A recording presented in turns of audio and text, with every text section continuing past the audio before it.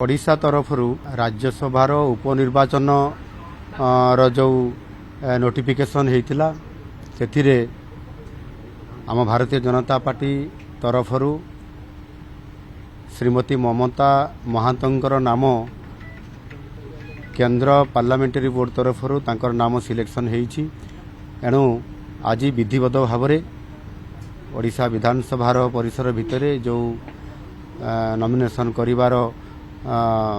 जो आमर presiding officer अच्छा उपस्थित आम उपस्थित ममता महांत नॉमिनेशन करिसेंती 2 सेट एवं यह आमे जहाँ आशा करूछु निश्चित भाव में ममता महांत विजयी हेबे एवं ओडिशा तरफ राज्यसभा